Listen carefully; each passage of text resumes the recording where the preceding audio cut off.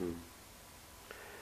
Tell me something more about your own work. I mean, I think it was probably Gabriel Horn, I guess, or Simon Schaffer, who suggested I talk to you, and they immediately drew my attention to your work on display screens, CDT or whatever the firm is called, and particularly the potentials of making new forms of screen that you can roll up and so on. Can you tell me something about that? Because I boast about it to people, saying, "Oh, we in Cambridge are doing this," but I have no idea what I should be saying really.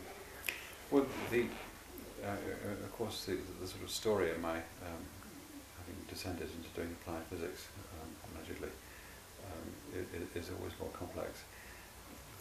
My original interest was that it was becoming possible to get access to synthetic molecular materials. Polymers turn out to be rather convenient to handle, which could be sort of simultaneously molecular but also semiconducting. And one of the best things you can do with a semiconductor, if you want to work out what the electrons do when they're pushed around, is to put it into a semiconductor device. Make a transistor and hope that it works, or make a diode or something like that. So the original interest, actually, in a rather sort of grand way, was to sort of, if you like, borrow ideas about how you can assemble structures from biology and how you can then get those structures to be very functional, borrowed from the world of silicon. And that's a rather grand, pompous way of putting it. And the original structures we made were actually made purely to explore what we might find. So the transistor, which we first got working in 1988, was a tool to understand how actually when you start moving electrons around, unlike the case of silicon where they travel just by themselves, the lattice of silicon atoms remains in place. If you do that with a molecular system, you disturb the positions of all the carbon atoms, and that makes a big difference to how things move.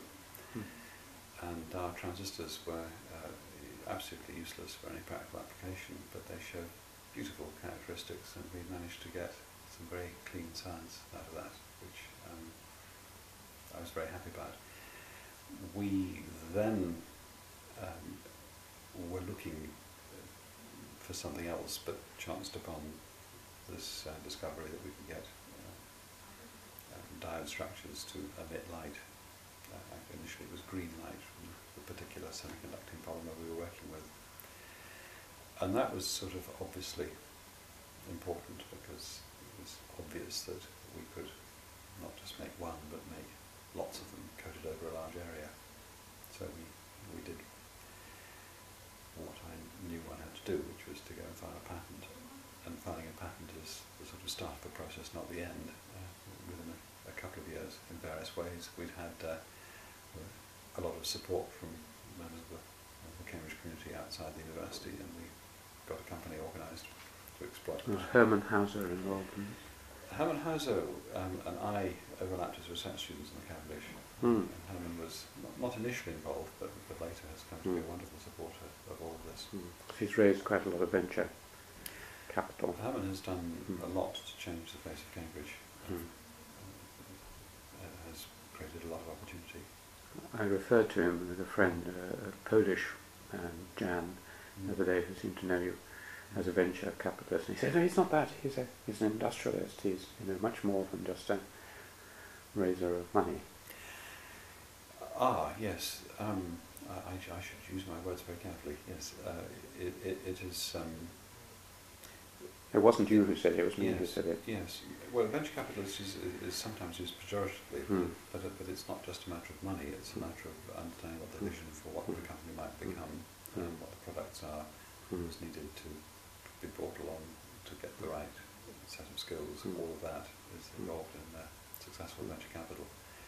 So that's not very different from being an industrialist. So what turned out over the years is that what we had thought originally would be maybe a corner of very interesting science. It turns out that these structures work very much better than we'd had hoped. And it's interesting, there's been a little checklist of things I had been assured by distinguished colleagues would never work. And they were all wrong, every time. It's amazing what you shouldn't believe. I've been through this with the computer revolution. We'll never get machines that can translate natural languages and so on and so on. You just shouldn't take this too seriously.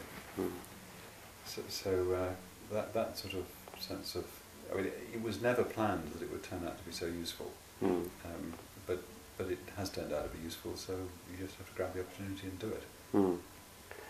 And in what way will it be useful? I mean, at what point will we notice the world changing because of this? Well, in various ways. I mean, the problem with speaking to camera this afternoon is that maybe next year the answer will be completely different. That's all right. It's dated. It's dated. And the current big push is with Plastic Logic, which I had a role in founding in 2000. And Plastic Logic has found we have a very, very good technology for being able to put down huge numbers of surprisingly good transistors, which are made out of plastic, onto a sheet of plastic.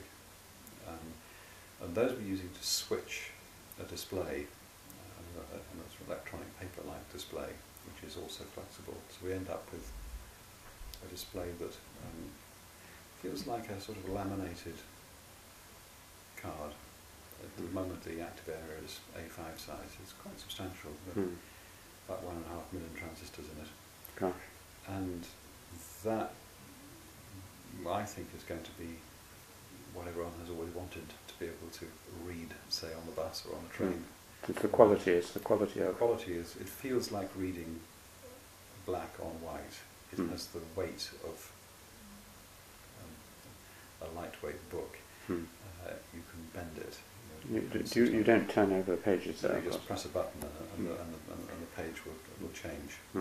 So I mean, I'm not sure what format will be finally used, but we are spending lots of other people's money building a manufacturing plant in Germany to manufacture these, and by this time next year we'll know whether it's hit the market successfully or not. But that could be big. There are with Cambridge Display Technology and the light emitting diodes, it's been hard, but we now have astonishingly good full colour displays. They're not flexible yet. There are practical reasons for that, but they're better than liquid crystal displays for TV, and that company has ended up being Japanese owned. A lot of that part of the display industry is necessarily going to stay in Asia, but I believe that technology will find its way into top performing displays. For computers? For computers, mobile phones, where performance is absolutely at a premium. And then the big area which may turn out to be very important is making low-cost solar cells, where silicon is fundamentally too expensive. What one, I think, needs is a technology which is cheap to make, cheap to deploy, maybe doesn't last forever, but by the time it's worn out, it has many times over paid for itself in terms of carbon dioxide not generated. When you say solar cells, I know nothing. Are these things that capture sunlight and produce electricity? I remember reading an astonishing fact, which was that if you could get, an effective system that would capture even a small proportion of the sun's energy and cover, quite a small area of, at that time it was said the Sahara Desert, which is not perhaps where you put it, but you could produce an enormous amount of energy. Sunlight is essentially the only truly unlimited energy resource we have. You could meet the entire energy requirements of the USA today by coating the state of Kansas with not particularly efficient solar cells. It would have to be over the whole surface. Over the whole surface, but Kansas is a small fraction of the USA. That's all it would take. And that would I missed the crucial bit. That would be enough for the USA. Well, the USA accounts for a quarter of world energy consumption at the moment, and that would be the whole of the USA. Mm. So if you could look at maps of the world with 4 such areas dotted Australia. around, Australia, Saudi Arabia, the Sahara, and that's world energy consumption. So Is this going to be possible? Things are possible. There are there are sort of reality checks, and at the moment solar cells, which are made out of silicon, and it's a very expensive technology. It requires a lot of energy to make them. And I haven't done the calculation myself. It's very hard to check, but I'm assured that if I were to put a solar panel on my roof and leave it switched on all the time, so that every coulomb of electricity that came out of that solar cell avoided some fossil fuel generated electricity, it would take 5 years before it had paid back the carbon used to make it and put it on the roof. Which is a depressing thought. Thought you were going to say that. Yes. So you've got to bring that sort of payback time down. But what you were saying earlier is that you're developing an alternative to silicon. We may be able to do it. We have. I mean, they're not good enough at the moment, but there's a significant chance that this is a route to the sort of a low enough cost, larger area technology to make a big impact on energy. That would be wonderful. You will be a saint. You will be our saviour. I think sainthood would be entirely inappropriate. I think that's. I mean, you'd be simultaneously a saint and also the devil, because my wife is a second-hand bookseller, and she asked me to ask you whether your plastic books, if we can call them that, will mean the end of the book. I don't know. I don't think so. I think technology always has unintended consequences, doesn't it? The information revolution is sort of good.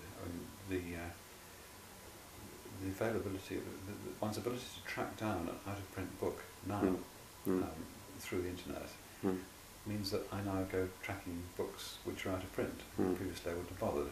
Yeah. There are always positives. I think you watch more films now than we did before television, etc., etc. Well, as it happens, I'm very bad at watching films, because I don't seem to find myself feeling I have the time. I don't know what's going to happen. But the ridiculous unavailability of most of the stuff you'd like to read because it's out of print and unavailable is probably going to be a thing of the past. I don't think we're going to lose our interest in being able to have books. That I don't have the same sentiment about newspapers. If I could put the content of whatever form of opinion that masquerades as fact that I choose to want to read, put that through my mobile phone onto my Plastic Logic display and then read it on the train or whatever, I think I'd rather do that than get sort of newsprint all over my fingers and throw away the paper. And then throw the paper away. I don't think I would feel badly about that. That actually sort of answers the question, because I was wondering whether these devices would have Wi-Fi built into them,